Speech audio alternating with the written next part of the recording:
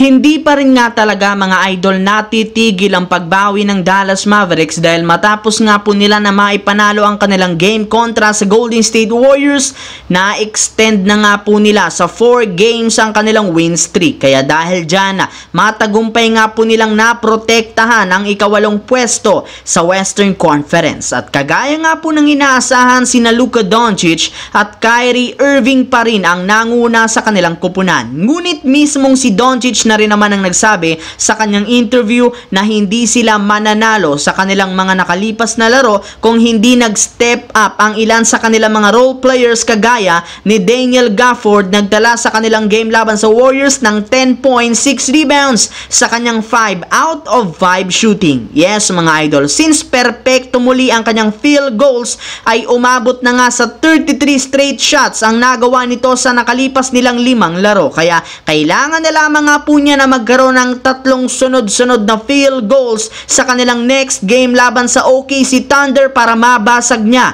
ang record ng NBA legend na si Wilt Chamberlain sa may pinakamadaming naitalang field goals ng walang mintes. Samantala, napatunayan muli ngayong araw na wala pa ring binatbat sa Denver Nuggets ang kupunan ng Miami Heat matapos nila itong talunin sa kanilang ginanap na NBA Finals rematch. Kaya nawalis na naman sila nito 2-0 sa kanilang regular season series. At dahil nga sa pagkapanalo ng Denver, meron na nga silang 46 wins na hawak ngayon kung saan natupad na nila ang kanilang target na maging top 1 sa Western Conference. Well, bago pa man magsimula ang season, plano nga talaga ng defending champions na maging number 1 team sa West upang sa ganoon magkaroon sila ng home court advantage hanggang sa conference finals ng playoffs kung sakasakali mang makapunta sila dito muli.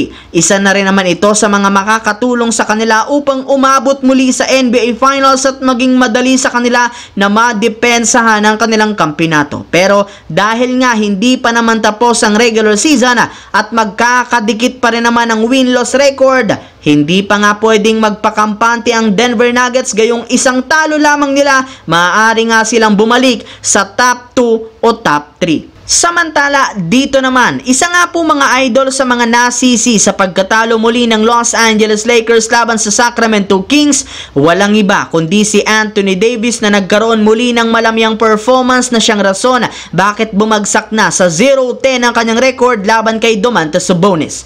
Pero ayon rin naman nga po sa naging pahayag ni Anthony Davis, sobra nga po siyang nadismaya since natalo nga sila ng Kings dahil sa kanilang nagawang pagkakamali sa pagkakaroon nila ng mga walang kwentang turnovers, pag-allow nila sa Kings na makakuha ng mga offensive rebounds at ang miscues nila pagdating sa depensa. Aminado rin naman dito na napaka-physical nga po ng players ang isang Domantas Sabonis. Kaya ginawa nga po nila ang lahat ng kanila makakaya upang gumawa lamang ito ng mga mahihirap na tira. Sinubukan rin naman nga po nila limitahan ang pagkuha nito ng offensive rebounds, sadyang hindi pa rin nila ito nagawa since napakahirap nga talagang pigilan o pahintuin si Sabonis na isa nga talagang legit na all-star. Kaya pinapangako lang naman nga po ni Anthony Davis na babawi na lamang sila sa kanilang next game laban sa Golden State Warriors. And speaking of Warriors, mukhang mahihirapan rin naman nga ang Lakers na makabawi sa kanilang magiging bakbakan susunod na araw ito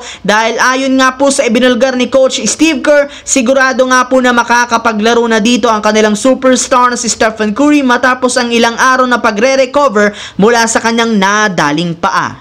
So yun lamang mga idol, once again, this is your J-Zone TV. Huwag kalimutang mag-like at syempre mag-subscribe. Pindutin ang notification bell sa akin channel para lagi kayo maging updated sa mga videos na pinapalabas ko. Isang malaking shoutout sa lahat mga idol. Thanks for watching.